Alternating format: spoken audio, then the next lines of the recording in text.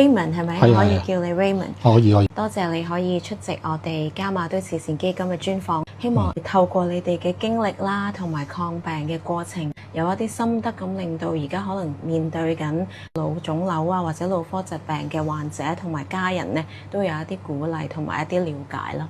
明白。係啦，不如講下最初係點樣發現自己身體出現問題？我係肺有問題先嘅，我係肺 cancer 3B 期，咁就做咗個電療加化療啦，咁跟住就做手術，24年嘅5月啦，跟住 end up 就喺25年嘅年頭1月就上咗個腦，即係腦轉移啦，俗稱嘅話，點解發現咧？就係喺屋企，直情係個視覺咧係嗰個距離感係好混亂啊！咁同埋有屙啦，有嘔啦，咁就去咗博愛醫院。咁博愛醫院即晚就同我照咗 CT， 就見到好似有個影，跟住就即晚就 send 咗我過去屯門醫院個腦外科嗰度，幫我 plan 咗去做 MRI。咁就確認到係真係有個腫瘤喺度。醫生佢都話，即係啱啱好嗰個位置就可以開腦刀。大約係我冇記錯，應該1月頭，即係今年嘅1月頭度啦。咁就做咗個腦嗰個腫瘤嗰個手術。喺完成外科手術之後咧，你係點樣接觸到加馬都治療嘅咧？佢話始終做腦嗰個手術咧，就佢哋見到嘅就一定係會幫你全部係清晒啦。咁但係佢話即係做鞏固嗰個治療咧，醫生嗰邊就講啦，就話有個加馬都嗰個治療有基金，咁佢就叫我就試一試做完手術喺你哋個中心嗰度再照多次 MRI 咧，咁又發現到原來仲有第3個位。醫生啦講啦，佢話嗰個位咧就大約係應該一個1毫子咁上緊大細嘅啫，就喺正前額嘅。前額係啦。咁佢話因為就原本嗰啲位置即係做咗手術啦，佢話都可能有啲腳仔喺度啊，咁用個加馬刀就可以即係話完全去徹底治療咗嗰2個即係做手術嘅位置啦。咁第3個位置啱啱發現嗰個1毫子大細嗰個喺前額嗰個咧，佢話都做埋啦。咁我做完個腦手術喺屯門醫院啦，嚟到加拿大醫院即係大約個時間我記得係3個禮拜到嘅啫。咁就跟住已經做咗加馬刀噶啦。2025年1月裏邊咧，即係連埋手術連埋加馬刀都已經係全部 complete 晒。醫生都好專業，都好睇每一個病人嗰個情況啦。即係見到我40幾歲，咁佢話如果有啲係可以做到嗰個鞏固嘅治療，就佢哋都 provide 到一啲咁嘅即係資訊性俾我哋咯。即係呢個係最緊要。我哋作為病人，我哋淨知道做電療、化療、開刀，我哋唔知道仲有啲乜嘢嘅 treatment 啊，或者仲有啲咩方案可以做得到啦。即係我自己都好感恩，就話醫生推薦呢個真係一個好嘅技術嚟嘅。如果個醫生唔講嘅，你問我哋知唔知有加馬刀呢樣嘢咧？直情係冇呢個 mindset，係未必接觸過呢個。係啊，因為我哋始終唔係呢一個 industry。所以係其實係腫瘤科醫生提議加馬都轉介咗你過嚟呢邊接受治療。基金喺邊方面為你提供到支援？咁總之就係你加馬都呢度就有份 form，我哋幫你簽咗名㗎啦，但係入息啊諸如此類你照直寫。即係話佢哋都要考慮好多嘢，就你嘅年齡啦、你個身體狀況啦、位置啦。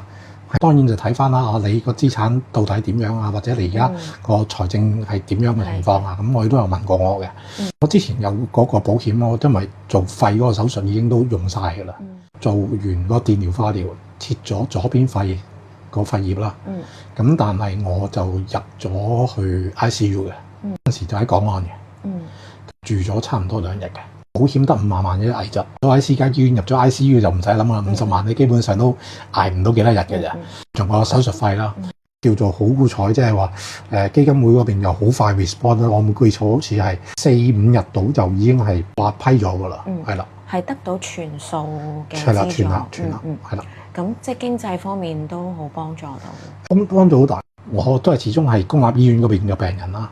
咁我亦都有嗰邊覆診嘅腦外科嘅醫生講咧，就係話暫時睇個 MRI，即係冇復發嘅跡象。我自己個感覺，除咗做傳統嘅手術之外，即係啲細嘅腫瘤其實都可能即係用伽馬刀呢個技術都可以有辦法去幫助到嘅話，咁其實都即係起碼唔使話又要再開一次腦啊。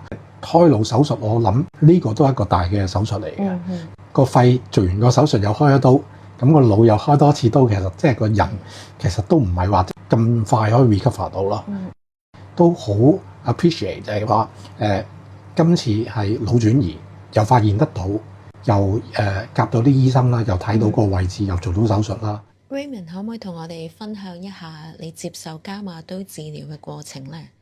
我哋比較叫有經驗，因為我哋係由肺癌開始嘅，咁電療化療我哋做過，我哋已經有一個 concept 噶啦，咁到醫生同我哋講話有伽馬刀呢一個技術可以去做嘅時間咧，伽馬刀做腦咁始終係真係有個好似面具咁嘅嘢嘅，面罩係啦，其實都係你瞓喺度做咗個帽，跟住咧佢哋有個機器就跟住個圖，咁佢就會幫你做一個方案，治療方案。都感恩啦，即係話有呢個科技，亦都可以做得到咁嘅治療功效啦。咁唔同嘅方式，我哋都要勇敢去試咯。Raymond 知道你都係一個好樂觀嘅人啦。咁面對疾病嘅時候，我哋應該點樣去保持樂觀嘅心態去接受治療呢？你只係要 positive 咁去面對咯，即係積極咁。係啦，即係你唔好怨天尤人都冇意思噶啦。即係啲醫生有陣時都可以開下玩笑嘛。係5年存活率啫，咁20% 好，10% 好，定係3% 都好啦，都係睇你排邊條隊嘅啫。即係你係好彩嗰啲，咁你咪有機會排長啲嗰條隊咯。但係唔代表人人都排到，就算同樣嘅治療方案，對唔同人唔同嘅體質出嚟嘅效果都會唔同。咁呢啲咪積極樂觀啲去睇咯。即係醫生去醫一個病人，咁佢希望大家醫好你㗎啦。唔好太過負面去諗啲嘢咯，而家係講緊與癌共存嘅啦嘛。咁我哋咪嘗試下用咁嘅心態去諗咯。所以你都好識得去調節自己嘅心態。你會點樣去睇患者同家人之間嘅關係呢？患上疾病之後咧，同家人嘅關係有冇啲特別嘅轉變啊？我覺得我自己屋企人承受嘅壓力都大嘅。作為一個病人，傳播緊一啲乜嘢信息俾屋企人？譬如我可能我而家個身體嗰個狀況已經唔可能話跑100米咁樣計啦，即係跑步咁樣，我已經冇可能做到噶啦，因為我嗰個氣量已經唔得噶啦。咁但係個問題咪，你跑唔到啫，咁你咪陪佢一齊去公園睇住佢跑咯。冇嘢啊，我都冇嘢喎。不過我身體就唔係好似舊底咁樣，我跑唔快噶啦。咪你咪跑咯，我咪唔啱行咯。大家一個屋企人，即係話互相係應該扶持嘅，就係你唔好俾你阿哥或者你屋企人感覺到就係話，唉，我都時日無多噶啦，咁大家唔好煩大家啦，冇意思嘅。即係啲人就話，反而就係你令到你屋企人壓力仲大。即係最緊要就係，即係唔好令到屋企人覺得你係一個病人，呢個先係個重點。如果你成日就係令到屋企人，所有屋企人都覺得呢個有 cancer 嘅細佬係一個病人咧，咁你成個屋企都唔快樂嘅。你要令到個壓力，大家唔好咁 stress 先。我做到係咪代表個個人都做到咧？未必。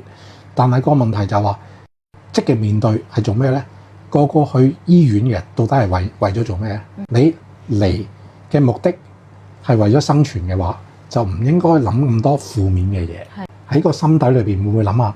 會唔會自己喺度慳緊？都倒數緊㗎喎，心底裏可能會咁樣諗咯。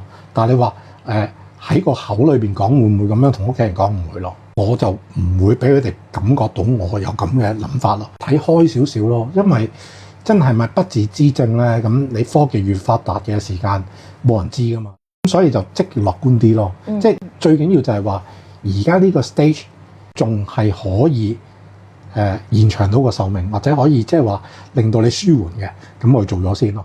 交俾個醫生，平常心，唔好咁多顧慮。即係唔好成日諗住個病。你同其實家人個關係都好密切，所以可以互相扶持。都係嗰句咯，屋企人嘅支持係好重要嘅，但係屋企人嘅支持唔係必然嘅。病人本身係都放棄咗自己咧，冇人救到佢。講嗰句啦，即係香港其實都有好多唔同種類嘅基金係幫助緊一啲病人。你哋加碼都基金呢個係一個啦，撒瑪利亞會啦，關愛基金啦。今日都多謝 Raymond 啦，同我哋分享咗咁多你嘅治療之路啦，同埋復康之路。最後會唔會俾一啲鼓勵嘅説話，患者同埋家人，我哋做一個結尾？積極咯，加油咯！積極加油。係咯，聽醫生嘅吩咐，勇敢啲。屋企人又係咯，唔好當嗰個係一個病人，呢個係親人嚟嘅。即係支持咯。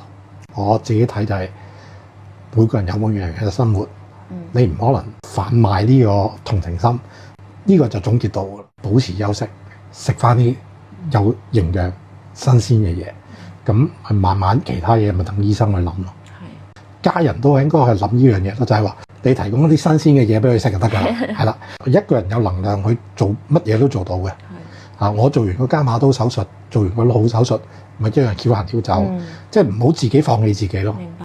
係啦，呢個就即係我自己嘅分享咯。多謝你嘅分享。